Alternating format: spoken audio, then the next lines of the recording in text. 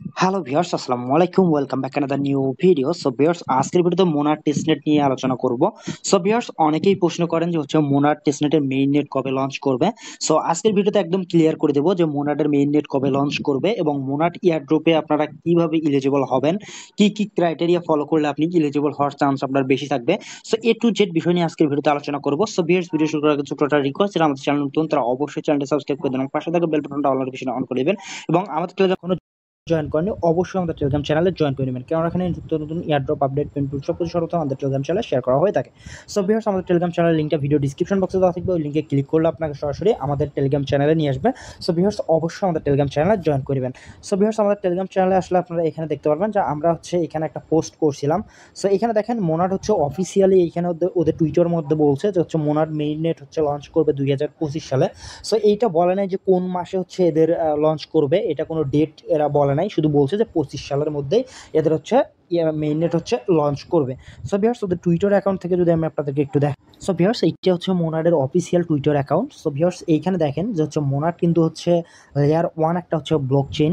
So এইখানে দেখেন ওরা কিন্তু 23 জুন একটা পোস্ট করছিল যে when মোনাট main net.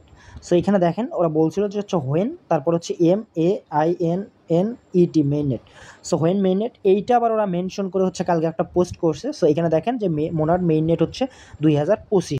So viewers, এখন এরা ডেট বলে নাই যে কবে লঞ্চ করবে, তবে আমরা ধারণা করতেছি যে Q4 গিয়ে এদের মেইন নেট লঞ্চ করবে, অর্থাৎ আগস্ট মাস চলে যাওয়ার পর সেপ্টেম্বর বা অক্টোবর দিকে ওদের মেইন নেট লঞ্চ করবে। সেপ্টেম্বরেই লঞ্চ করার সম্ভাবনা অনেক বেশি। সো দেখা যাক কি হয়, বাকিটা এরা যখন লঞ্চ করবে তখনই ফুল ডিটেলসটা জানা যাবে। আর যে কোনো আপডেট আসলে আমি সাথে সাথে টেলিগ্রাম চ্যানেলে জানিয়ে দেবো। সো অবশ্যই আমাদের টেলিগ্রাম চ্যানেলে জয়েন করবেন। সো ভিউয়ার্স, অনেকের মনে একটা প্রশ্ন যে মোনাট মেইন নেট যখন লঞ্চ করবে তখন কি এটা বাইন্যান্স আলফাতে আসবে নাকি স্পটে আসবে। সো ভিউয়ার্স, এখানে একটা বিষয় দেখেন যে মোনাট কিন্তু লেয়ার 1 একটা ব্লক চেইন। সো আপনারা যদি দেখেন লেয়ার 1 যে ব্লক চেইনগুলো আছে, আপনারা যদি বাইন্যান্স আলফাতে গিয়ে দেখেন যে মোনাট বাদে যে লেয়ার 1 প্রজেক্টগুলো আছে, আপনার ধরেন সোলানা, এলটিসি, ইথিরিয়াম বা বিটকয়েন বা যে কোনো লেয়ার 1 প্রজেক্ট যদি আপনারা দেখেন, ওইটা কিন্তু বাইন্যান্স আলফাতে ট্রেড হয় না। সো যে মেইন নেটের যে প্রজেক্টগুলো আছে, লেয়ার 1 এর যে প্রজেক্টগুলো আছে, এগুলো কিন্তু আলফাতে আপনার ট্রেড হয় না, এগুলো শুধু স্পটে ট্রেড হয়। তার কারণ এগুলো স্পটে আপনার বিভিন্ন কাজ থাকে, উইথড্র করা লাগে, বিভিন্ন চেইনের সাথে যে আদান প্রদান হয়, এগুলোর ক্ষেত্রে এটা স্পটে থাকাই লাগবে। আপনার যদি এটা আলফাতে আসার কোনো সম্ভাবনাই নাই, এটা ডিরেক্ট স্পটে আসবে বাইন্যান্সের, যেহেতু এটা লেয়ার 1 একটা ব্লক চেইন।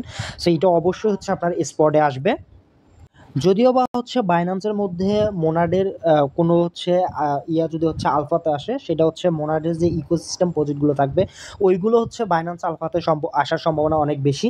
তার কারণ মোনাড চেইনের উপর যে প্রজেক্টগুলো আসবে ওইগুলো আসার সম্ভাবনা আছে, যেমন সোলানা চেইনের উপর অনেক প্রজেক্ট বাইন্যান্স আলফাতে আসছে, বিএনবি চেইনের উপর অনেক প্রজেক্ট বাইন্যান্স আলফাতে আসছে। তো এরকম মোনাড চেইন বাইন্যান্সে অ্যাড হওয়ার পর, স্পটে অ্যাড হওয়ার পর, তারপর কিন্তু আলফাতে মোনাডের ইকোসিস্টেমের যে প্রজেক্টগুলো আছে ওইগুলো আসার সম্ভাবনা আছে। সো ভিউয়ার্স, এখন কথা কি আপনি মোনাডের মধ্যে কেমনে এলিজিবল হতে পারবেন বা কি কি ক্রাইটেরিয়া থাকতে পারে। সো ভিউয়ার্স, বর্তমান সময়ে একটা আলোচনা যে 1 মিলিয়ন নাট যে এনএফটিটা যাদের কাছে হোল্ড আছে, ওইটার সাপ্লাই ছিল 1 মিলিয়ন। ওইটার কিন্তু মিন্ট করছে 700 কে ইউজারের মতো আর কি।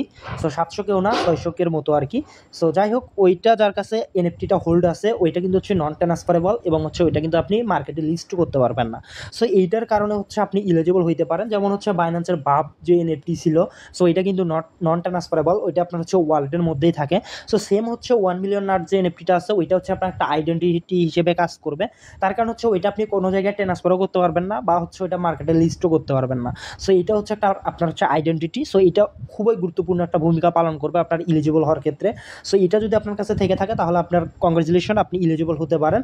আর আপনার যে দ্বিতীয় যে বিষয়টা থাকবে, অবশ্যই আপনাকে অ্যাক্টিভ থাকতে হবে, আপনার অ্যাক্টিভিটি দেখাতে হবে এবং বিভিন্ন কন্ট্রাক্ট তৈরি করতে হবে এবং অনেক ট্রানজ্যাকশন করতে হবে এবং বিভিন্ন জায়গায় স্টেকিং করতে হবে। ওদের যে ইকোসিস্টেমগুলো আছে সবগুলোতে আপনাকে কাজ করতে হবে। সো ওদের যে ইকোসিস্টেমগুলো আছে, প্রত্যেকটা ইকোসিস্টেম কিন্তু আমাদের চ্যানেলের মধ্যে শেয়ার করা হয়ে থাকে। সো অবশ্যই আমাদের টেলিগ্রাম চ্যানেল জয়েন করে নেবেন। আর বাকি যে ইকোসিস্টেমগুলো আছে আমরা প্রতিনিয়ত ওখানে শেয়ার করব। আর নতুন নতুন যে ইকোসিস্টেমগুলো আসে ওইগুলো কিন্তু আমরা শেয়ার করি। অবশ্যই আমাদের টেলিগ্রাম চ্যানেল জয়েন করে নেবেন এবং অল নোটিফিকেশন অন করে দিবেন এবং অনেকে জয়েন করার পর মিউট করে রাখেন। রাখেন, সো আনমিউট করে রাখেন, ওইটা হচ্ছে আপনি মিউট করে রাখবেন, তাহলে হচ্ছে আপনার নোটিফিকেশনগুলো পাবেন। সো অবশ্যই মিউট করে রাখবেন। সো যে ইকোসিস্টেমগুলো দিব ওইগুলোতে হচ্ছে আপনারা প্রতিনিয়ত ওয়ার্ক করবেন, এবং হচ্ছে যে হচ্ছে ব্রিজের টাস্ক আছে এবং বিভিন্ন যে টাস্কগুলো আছে ওই টাস্কগুলো অবশ্যই হচ্ছে আপনারা কমপ্লিট করবেন, তাহলে হচ্ছে আপনারা খুব সহজেই হচ্ছে এলিজিবল হতে পারবেন।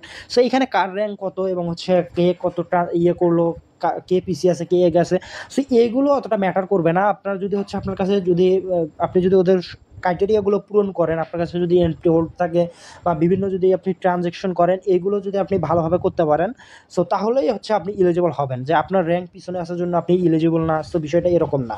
সো আপনাদের কাছে যদি হচ্ছে 1 মিলিয়ন আর্টস এনএফটিটা থাকে, আপনি যদি ওজি ইউজার হন, আপনি যদি একদম আর্লি স্টেজে জয়েন করে থাকেন, তাহলে অবশ্যই হচ্ছে আপনি মোনাডের মধ্যে এখন ভালোভাবে কাজ করেন, আপনার এলিজিবল হওয়ার চান্স অনেক বেশি আছে। আর মোনাডের হচ্ছে সাপ্লাই নিয়ে অনেক কথা হচ্ছে, সো এটা নিয়ে হচ্ছে নেক্সট ভিডিওতে আলোচনা করবো যে হচ্ছে মোনাডের সাপ্লাই কত এবং হচ্ছে কেমনে কি টোকেন ডিস্ট্রিবিউশন করবে, কেমনে কি এবং ওদের যে টোকেনমিক্স আসবে, সো এটা নিয়ে আলোচনা করবো।